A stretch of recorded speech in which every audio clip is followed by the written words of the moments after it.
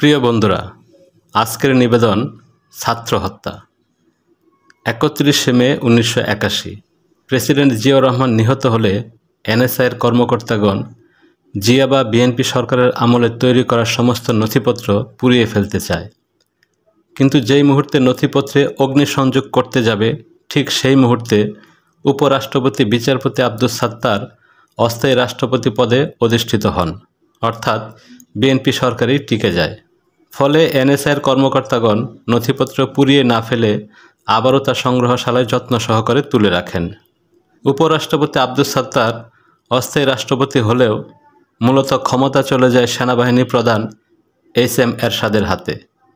সেই সুবাদে জেনারেল এরশাদ বিচারপতি সাত্তারকে অস্থায়ী রাষ্ট্রপতি পদে রেখে এনএসআইয়ের নথিপত্রগুলো খুঁটিয়ে খুঁটিয়ে দেখতে থাকেন। এনএসআইয়ের নথিপত্রে জিয়াউর রহমান বা বিএনপি সরকারের বিরুদ্ধাচারণকারীদের তালিকায় জেনারেল এরশাদের নামও ছিল। ফলে জেনারেল এরশাদ ক্ষমতায় এসে প্রথমেই এনএসআই থেকে হাফিজুর রহমান লস্করদের জেটিয়ে বিদায় করেন। আর সেই কারণেই এবং নগদ অর্থের বিনিময়ে হাফিজুর রহমান লস্কর জেনারেল এরশাদ এবং তার সামরিক শাসনের পতন ঘটানোর জন্য যে কোনো প্রস্তাব বা প্রক্রিয়ায় সামিল হন। আর্ম পুলিশের কোম্পানি কমান্ডার হাফিজুর রহমান লস্করের সঙ্গে ছাত্র আন্দোলনের নামে ছাত্র হত্যার নীল নকশা চূড়ান্ত হয়। নীল নকশা অনুযায়ী যে কোনো রকমের ছাত্রদের একটা মিছিল বাংলা একাডেমির দক্ষিণে, কার্জন হলের উত্তরে, শিশু একাডেমির পশ্চিমে দুয়েল চত্বর পর্যন্ত নিয়ে আসতেই হবে। বাকি কাজ আর্ম পুলিশ সেরে ফেলবে। অর্থাৎ আমাদের দায়িত্ব ছাত্রদের একটা মিছিল দুয়েল চত্বর পর্যন্ত নিয়ে আসা। তারপর সেই মিছিলের উপর গুলি চালিয়ে ছাত্র হত্যার দায়িত্ব আর্ম পুলিশের কোম্পানি কমান্ডার হাফিজুর রহমানের। এই নীল নকশা অনুযায়ী মিছিল নিয়ে আসার প্রাথমিক দায়িত্ব পড়ে জগন্নাথ হল ছাত্র সংসদের জিএস, কাদেরিয়া বাহিনীর সদস্য নিরঞ্জন সরকার বাচ্চু, সাধন সরকার, যাদব, বিদ্যুৎ, শ্যামল প্রমুখের উপর। জেনারেল এরশাদের বিরুদ্ধে একটা মিছিল করার প্রস্তাব নিয়ে ছাত্রনেতা ফজলুর রহমান, বাহালুল চুন্নু, ডক্টর মোস্তফা মহিউদ্দিন জালাল, খম জাহাঙ্গীর, ডাকসুর বিপি আখতারুজ্জামান, জিএস জিয়াউদ্দিন বাবলু, ফারুক, আনোয়ার, মিলন, জালাল প্রমুখ ছাত্রনেতাদের সাথে আলোচনা করা হলে সকলেই মিছিলের পক্ষে মত দেন। ফেব্রুয়ারি মাসের দ্বিতীয় সপ্তাহে মিছিলের তারিখ নির্ধারণ করা হয় এবং মিছিল শিক্ষা ভবন পর্যন্ত যাওয়ার সিদ্ধান্ত হয়। সিদ্ধান্ত মোতাবেক কলা ভবন থেকে ছাত্র মিছিল শুরু হলো। এদিকে শিশু একাডেমির কাছে আর্ম পুলিশ নিয়ে মিছিলে গুলি করে ছাত্র হত্যার পূর্ণ প্রস্তুতি নিয়ে হাফিজুর রহমান লস্কর চাতক পাখির মতো অপেক্ষা করতে থাকলো। কিন্তু কিছুতেই মিছিলকে কলা ভবনের আশেপাশের বাইরে দেওয়া গেল না। অধিকাংশ ছাত্রনেতা মিছিল নিয়ে এগিয়ে যেতে মুখে অস্বীকার না করলেও কার্যত মিছিল নিয়ে কেউ কলা ভবনের বাইরে গেল না। ফলে নীল নকশা ব্যস্তে যাওয়ায় আমি উত্তেজিত হয়ে ছাত্রনেতাদের লাঞ্ছিত করলাম এবং কোনো ছাত্রনেতাকে শারীরিকভাবে আঘাত করলাম। আবার ছাত্র মিছিলের নতুন তারিখ নির্ধারিত হলো আগামী 14 ফেব্রুয়ারি 1983। পহেলা ফাল্গুন ছাত্র মিছিল হবে এবং মিছিলটি শিক্ষা ভবন অভিমুখে যাওয়ার সিদ্ধান্ত হলো। 12 ফেব্রুয়ারি 1983 সকাল 8টায় 14 নং মিরপুর আর্ম পুলিশের হেডকোয়ার্টারে এনএসআইয়ের সাবেক কর্মকর্তা, পুলিশের সিও, এসপি, আর্ম পুলিশের কোম্পানি কমান্ডার হাফিজুর রহমান লস্করকে 14 ফেব্রুয়ারির ছাত্র মিছিলের চূড়ান্ত কর্মসূচি অবহিত করা হলো এবং 13 ফেব্রুয়ারি রাত 8টায় হাফিজুর রহমান লস্করকে মিরপুর 2 নম্বরের বাসায় আগামীকাল 14 ফেব্রুয়ারি সকাল 10টায় যে কোনো কিছুর বিনিময়ে ছাত্র মিছিল শিশু একাডেমি পর্যন্ত নিয়ে যাওয়ার কর্মসূচি নিশ্চিত করা হলো এবং নগদ অর্থ প্রদান করা হলে তিনি ছাত্র হত্যার জন্য প্রস্তুত বলে চূড়ান্তভাবে জানান। রাত 11টায় ঢাকা বিশ্ববিদ্যালয়ের জগন্নাথ হলের এসএমজি বিল্ডিংয়ের ছাত্রনেতা নিরঞ্জন সরকার বাচ্চুর রুমে সর্বশেষ গোপন বৈঠক হয়। বৈঠকে উপস্থিত ছাত্রনেতা নিরঞ্জন সরকার বাচ্চু, মোবারক হোসেন সেলিম, ডাকসুর মহিলা সম্পাদিকা নাহিদ আমিন খান, সাধন সরকার, যাদব, বিদ্যুৎ প্রমুখকে আগামীকাল পহেলা ফাল্গুন মোতাবেক 14 ফেব্রুয়ারি 1983 সকালে ছাত্র মিছিল এবং ছাত্র হত্যা সম্পর্কে বিস্তারিত জানানো হয় এবং আলোচনা শেষে সিদ্ধান্ত হয় যে ছাত্রনেতা ফজলুর রহমান, বাহালুল চুন্নু সহ প্রগতিশীল ছাত্রনেতা এবং স্থানীয় কর্মীরা যে কোনো অবস্থাতেই আণবিক শক্তি কমিশনের পরে যাতে মিছিলে না থাকে সেই ব্যাপারে ব্যবস্থা নিতে হবে। আজ পহেলা ফাল্গুন 14 ফেব্রুয়ারি 1983 বেলা 10টার দিকে কলা ভবনের সামনে অপরাজেয় বাংলার পাদদেশে মিছিলের উদ্দেশ্যে ছাত্র জমায়েত হতে শুরু করে। একটি মোটরসাইকেল ধানমন্ডি 32 নম্বরে শেখ হাসিনা এবং আর্ম পুলিশের কমান্ডার হাফিজুর রহমান লস্করের সাথে সার্বক্ষণিক যোগাযোগ রক্ষা করে যাচ্ছে। মোটরসাইকেলটি দ্রুত গতিতে 32 নম্বরে শেখ হাসিনা এবং শিশু একাডেমির পূর্ব পাশে অবস্থানরত আর্ম পুলিশের কোম্পানি কমান্ডার হাফিজুর রহমান লস্করের কাছে বিশ্ববিদ্যালয়ের সর্বশেষ পরিস্থিতি জানিয়ে যাচ্ছে। বেলা 11টা নাগাদ ছাত্র মিছিল শুরু হলো। যেসব ছাত্রনেতা এবং কর্মীদের আণবিক শক্তি কমিশনের পরে মিছিলে আর না থাকতে জানিয়ে দেওয়ার কথা তাদেরকে জানিয়ে দেওয়া হলো। সিদ্ধান্ত এবং পরিকল্পনা মতো মিছিল সহ সবকিছুই ঠিকঠাক চলতে লাগলো। ছাত্র মিছিল আণবিক শক্তি কমিশন পর্যন্ত এগিয়ে গেলে কিছু ছাত্রনেতা এবং কর্মীরা পিছন থেকে সরে দাঁড়ালো। মিছিল এগিয়ে গেল বাংলা একাডেমি ছেড়ে আরও সামনে দক্ষিণে দোয়েল চত্বরের দিকে। একেবারে দোয়েল চত্বরের কাছে এবং মিছিল দোয়েল চত্বর পিছনে ফেলে পূর্ব দিকে ঘুরে দাঁড়ালো। সঙ্গে সঙ্গে আগ থেকে উৎপেতে থাকা হাফিজুর রহমান লস্করের আর্ম পুলিশের গুলি শুরু হলো। মুহূর্তের মধ্যে মাটিতে লুটিয়ে পড়ল কয়েকজন ছাত্র। মোটর সাইকেলটি দ্রুত ধানমন্ডির 32 নম্বরে গিয়ে শেখ হাসিনাকে গুলির সংবাদ দিয়ে আবারও ছুটে চলল ঢাকা মেডিকেল কলেজ হাসপাতালে। ইতিমধ্যে ছাত্ররা গুলিবিদ্ধ ছাত্রদের হাসপাতালের ইমার্জেন্সিতে নিয়ে এসেছে। গুলিবিদ্ধ ছাত্রদের মধ্যে জয়নাল ও জাফর শেষ নিঃশ্বাস ত্যাগ করে পৃথিবীর মায়া ছেড়ে পরকালে চলে গেছে। জয়নাল ও জাফরের মায়ের কুল খালি হয়েছে, শূন্য হয়েছে পিতার বুক। নীল নকশা বাস্তবায়ন হওয়ার চূড়ান্ত সংবাদ নিয়ে মোটর সাইকেলটি চলে গেল ধানমন্ডির 32 নম্বরে। 2 জন ছাত্র হত্যার সফল সংবাদটি শেখ হাসিনাকে দিয়ে মোটর সাইকেলটি নিয়ে ফিরে এলো বিশ্ববিদ্যালয়ে। বিশ্ববিদ্যালয়ে সুখের ছায়া নেমে এসেছে। তারা তাদের নিহত সাথী জাফর ও জয়নালের লাশ কলা ভবনের অপরাজেয় বাংলার পাদদেশে ঐতিহাসিক বটতলায় নিয়ে এসেছে। বিকাল 3টায় জানাজা এবং শোকসভার কর্মসূচি 32 নম্বরে দিলে দুপুর 2টার দিকে বঙ্গবন্ধু কন্যা শেখ হাসিনা বিশ্ববিদ্যালয়ের বটতলায় আসেন এবং তার দীর্ঘ প্রতীক্ষিত নিহত ছাত্রদের লাশ দেখে রুমালে চোখ মুছার বান করতে করতে কোনো কর্মসূচি না দিয়ে বিশ্ববিদ্যালয় এলাকা ত্যাগ করেন। শেখ হাসিনা বিশ্ববিদ্যালয় এলাকা ত্যাগ করে গিয়ে সামরিক আইন প্রশাসক জেনারেল এরশাদের সাথে যোগাযোগ করেন এবং ছাত্র হত্যার প্রতিবাদে কোনোরূপ আন্দোলন কর্মসূচি না দেওয়ার বিনিময়ে এরশাদের কাছ থেকে কতগুলো গোপন দাবি আদায় করে নেন। ছাত্র হত্যার প্রতিবাদে কোনোরূপ আন্দোলন কর্মসূচি দেওয়া হবে না এই মর্মে শেখ হাসিনার কাছ থেকে আশ্বাস ও নিশ্চয়তা পাওয়ার পর জেনারেল এরশাদ সমগ্র বিশ্ববিদ্যালয় এলাকার চারদিক থেকে নজিরবিহীন পুলিশ ও মিলিটারি হামলা করে। চারদিক থেকে পুলিশের সাঁড়াশি হামলার মুখে ছাত্র হত্যার প্রতিবাদে বটতলায় অনুষ্ঠিত জানাজা এবং শোকসভায় সমবেত ছাত্রছাত্রীরা দিক বেদিক জ্ঞানশূন্য হয়ে দৌড়াতে থাকে। কিন্তু যেদিকেই দৌড়ায় সেদিকেই পুলিশের এবং আর্মির বেধড়ক মার খেতে থাকে। নিমিষের মাঝেই বটতলায় হাজার হাজার স্যান্ডেল জুতা পরে থাকা ছাড়া আর কোনো মানুষের চিহ্ন থাকল না। জাফর এবং জয়নালের লাশ অতি কষ্টে ছাত্ররা ধরাধরি করে সূর্যসেন হলে নিয়ে যায় এবং সূর্যসেন হলের গেট তালা লাগিয়ে দেয়। মুহূর্তের মাঝে পুলিশ আর আর্মি হলের কেচি গেট ভেঙে হলের মধ্যে প্রবেশ করে। অবস্থা বেগতিক দেখে মোটরসাইকেল আরোহী সূর্যসেন হলের দোতলা থেকে লাফ দিয়ে নিচে পড়ে। আর অমনি শকুনের দল যেমনি মরা গরু ঘিরে ধরে খায় তেমনি পুলিশের দল মোটরসাইকেল আরোহীকে ঘিরে ধরে পিটাতে শুরু করলো। পরিমরি করে এক লাফে সূর্যসেন হলের প্রাচীর টপকে কাটাবন আর পলাশির রাস্তায় গিয়ে পড়ল মোটরসাইকেল আরোহী। সেখান থেকে ধানমন্ডির 32 নম্বরে গিয়ে শেখ হাসিনাকে না পেয়ে আণবিক শক্তি কমিশনের পরিচালক শেখ হাসিনার স্বামী ডক্টর আজেদ মিয়ার মহাখালীস্থ সরকারি বাসভবনে গিয়ে শেখ হাসিনার পাজেরো গাড়ির দেখা পেলেও শেখ হাসিনার দেখা পাওয়া গেল না।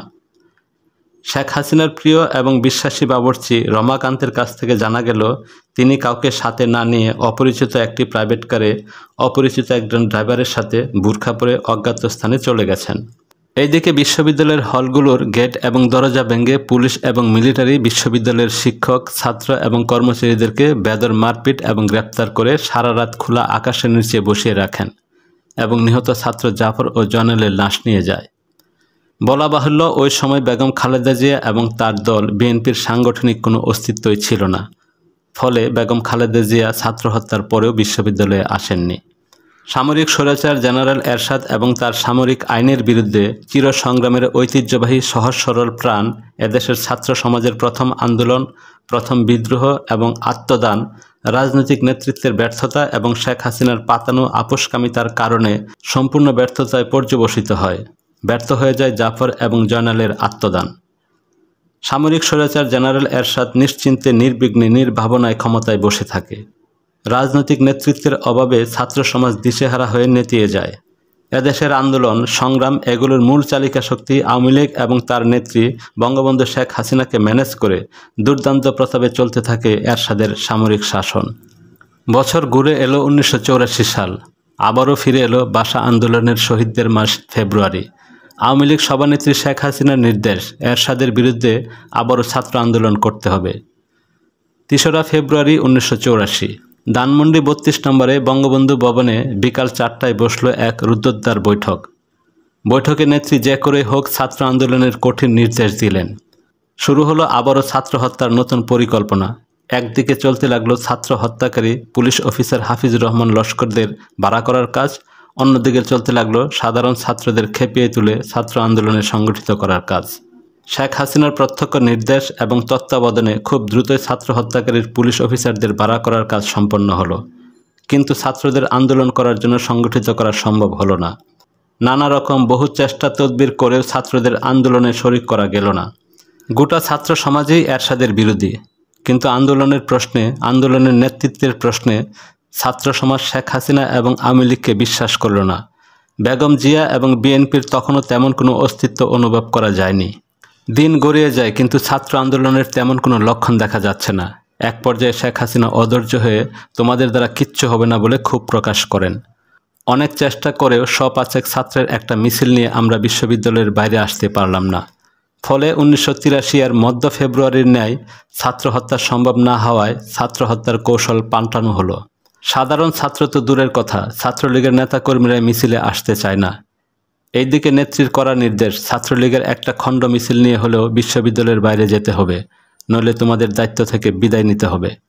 28শে ফেব্রুয়ারি বিশ্ববিদ্যালয়ের বাইরে যাওয়ার সিদ্ধান্ত হলো এবং যথারীতি এই সিদ্ধান্ত বঙ্গবন্ধু কন্যা শেখ হাসিনাকে জানানো হলে শেখ হাসিনার মাধ্যমেই এই সংবাদ হাফিজুর রহমান লস্কর মারফত রায়েট পুলিশের ঘাতকদের জানানো হলো।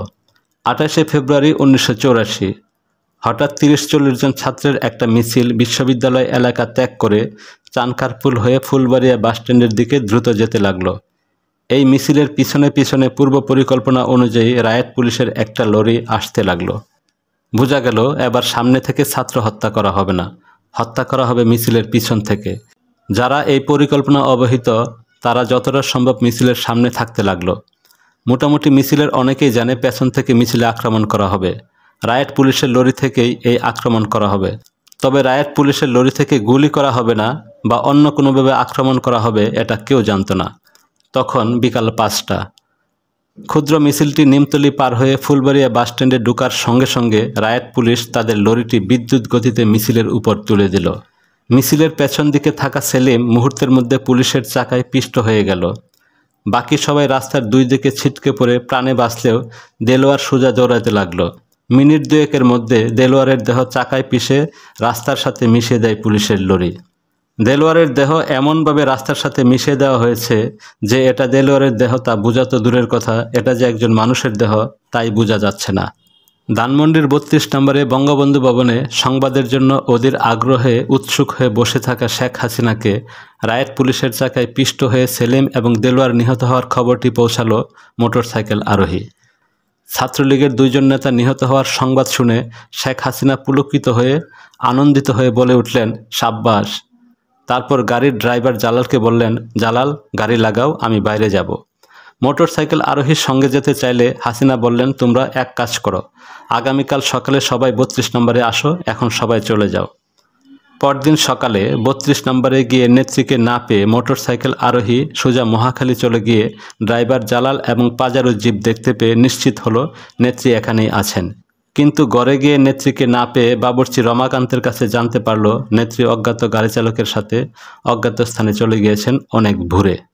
দুপুর 1টার দিকে ফিরে এসে নেত্রী খাওয়া দাওয়া করে সোজা চলে এলেন ধানমন্ডির 32 নম্বরে বঙ্গবন্ধু ভবনে। ছাত্রলীগের বেশ কিছু নেতা বিকাল 3টায় 32 নম্বরে বঙ্গবন্ধু ভবনে এসে সভানেত্রী শেখ হাসিনার কাছে ছাত্রলীগ নেতা সেলিম এবং দেলোয়ারকে নির্মম ও নিষ্ঠুরভাবে হত্যা করার প্রতিবাদে এবং সামরিক একনায়ক স্বৈরাচারী এরশাদের বিরুদ্ধে তীব্র আন্দোলন করার কর্মসূচি চাইলে সভানেত্রী শেখ হাসিনা এই বলে ছাত্রদের সান্ত্বনা দেন যে আমাদের মূল শত্রু জিয়াউর রহমান এবং তার দল বিএনপি। জিয়া তো শেষ। জেনারেল এরশাদ বিএনপির কাছ থেকে কিছুদিন হলো ক্ষমতা দখল করেছে। আমাদের প্রধান কাজ বিএনপিকে চিরতরে শেষ করে দেওয়া। এই মুহূর্তে আমরা জেনারেল এরশাদের বিরুদ্ধে সরাসরি যাব না। আমাদের মূল শত্রু বিএনপি, এটা মনে রাখতে হবে। ছাত্রনেতারা সেলিম এবং দেলোয়ার হত্যার জন্য আবেগ আপ্লুত হলে শেখ হাসিনা বলেন, আবেগপ্রবল হয়ে লাভ নেই, সময় হলেই এদের পরিবারকে পুষিয়ে দেওয়া হবে। ছাত্রনেতারা কোনোরকম কর্মসূচি ছাড়াই ভগ্ন হৃদয় নিয়ে বঙ্গবন্ধু ভবন ত্যাগ করল। ৩রা মে এক পড়ন্ত বিকেলে ৩২ নম্বরের বঙ্গবন্ধু ভবনে বসে গল্প করছেন শেখ হাসিনা সহ বেশ কয়েকজন। গল্পে গল্পে ৭১-এর মুক্তিযুদ্ধ এবং সেনাবাহিনীর প্রসঙ্গ উঠল। ১৯৭১-এ মুক্তিযুদ্ধের মধ্য দিয়ে গড়ে ওঠা বাংলাদেশ সেনাবাহিনীর কথা। শেখ হাসিনা বাংলাদেশ সেনাবাহিনী সম্পর্কে বললেন, এটা কোনো সেনাবাহিনী হলো? এরা বর্বর, নরপিশাচ, উচ্ছৃঙ্খল, লোভী, বেয়াদব বাহিনী। এই বাহিনীর শৃঙ্খলা নেই, আনুগত্য নেই, মানবিকতা নেই, মান্যগণ্য নেই, নেই দেশপ্রেম। এরা দেশদ্রোহী হায়ানার বাহিনী। তোমরা পাকিস্তান সেনাবাহিনীর দিকে দেখো, সারা বিশ্বে পাকিস্তান সেনাবাহিনীর মতো এত ভদ্র, নম্র, বিনয়ী এবং আনুগত্যশীল খুঁজে পাওয়া যাবে না। কি অসম্ভব ভদ্র আর নম্র তারা। 25শে মার্চ রাতে তারা বাবাকে স্যালুট করলো, মাকে স্যালুট করলো, আমাকেও স্যালুট করলো। স্যালুট করে তারা বলল, স্যার, আমরা এসেছি শুধু আপনাদের নিরাপত্তা দেওয়ার জন্য, অন্য কোনো কিছুর জন্য নয়। আপনারা যখন খুশি যেখানে খুশি যেতে পারবেন। আপনারা বাইরে গেলে আপনাদের নিরাপত্তার জন্য আমরা আপনাদের সঙ্গে যাব। কেউ আপনাদের এখানে এলে আমরা তার সারা শরীর তল্লাশি করে তারপর ডুবতে দেব। সব কিছুই করা হবে আপনাদের নিরাপত্তার জন্য। সত্যি, পাকিস্তান সেনাবাহিনী যা করেছে তা আমাদের নিরাপত্তার জন্যই করেছে। 26শে মার্চ দুপুরে আব্বাকে যখন পাকিস্তানি আর্মিরা নিয়ে যায়, তখন জেনারেল টিক্কা খান নিজে এসে আব্বাকে এবং আম্মাকে স্যালুট দিয়ে আদবের সাথে দাঁড়িয়ে বিনয়ের সাথে আব্বাকে বলে, স্যার, আপনাকে প্রেসিডেন্ট ইয়াহিয়া খান আলোচনার জন্য নিয়ে যেতে বলেছেন। আমি আপনাকে নিয়ে যেতে এসেছি। আপনাকে নেওয়ার জন্য বিশেষ বিমান তৈরি। আপনি তৈরি হয়ে নেন এবং আপনি ইচ্ছা করলে ম্যাডাম সহ যে কাউকেই আপনার সঙ্গে নিতে পারবেন। আব্বা মার সাথে আলোচনা করে একাই গেলেন। পাকিস্তানি আর্মি যতদিন ডিউটি করেছে এসে প্রথমেই স্যালুট দিয়েছে। শুধু তাই নয়, আমার দাদির সামান্য জ্বর হয়েছিল। পাকিস্তানিরা হেলিকপ্টারে টুঙ্গিপাড়া থেকে দাদিকে ঢাকায় এনে পিজি হাসপাতালে চিকিৎসা করিয়েছেন। জয় তখন পেটে। আমাকে প্রতি সপ্তাহে সিএমএসে নিয়ে চেক আপ করানো হতো। জয় হওয়ার 1 মাস আগে আমাকে সিএমএসে ভর্তি করিয়েছে। 1971 সালে জয় জন্ম নেওয়ার পর পাকিস্তান আর্মিরা খুশিতে মিষ্টি বাটোয়ারা করেছে এবং জয় হওয়ার সমস্ত খরচ পাকিস্তানিরাই বহন করেছে। আমরা যেখানে খুশি যেতাম। পাকিস্তানিরা 2 জিপ করে আমাদের সাথে যেত নিরাপত্তার জন্য, পাহারা দিত। আর বাংলাদেশের আর্মিরা জানোয়ারের দল, অমানুষের দল। এই অমানুষ জানোয়ারেরা আমার বাবা, মা, ভাই সবাইকে মেরেছে। এদের যেন ধ্বংস হয়। প্রিয় বন্ধুরা, এই ছিল আজকের পর্ব। আগামী পর্ব পেতে চাইলে চ্যানেলটি সাবস্ক্রাইব করে আমাদের সাথেই থাকুন। ধন্যবাদ বন্ধুরা।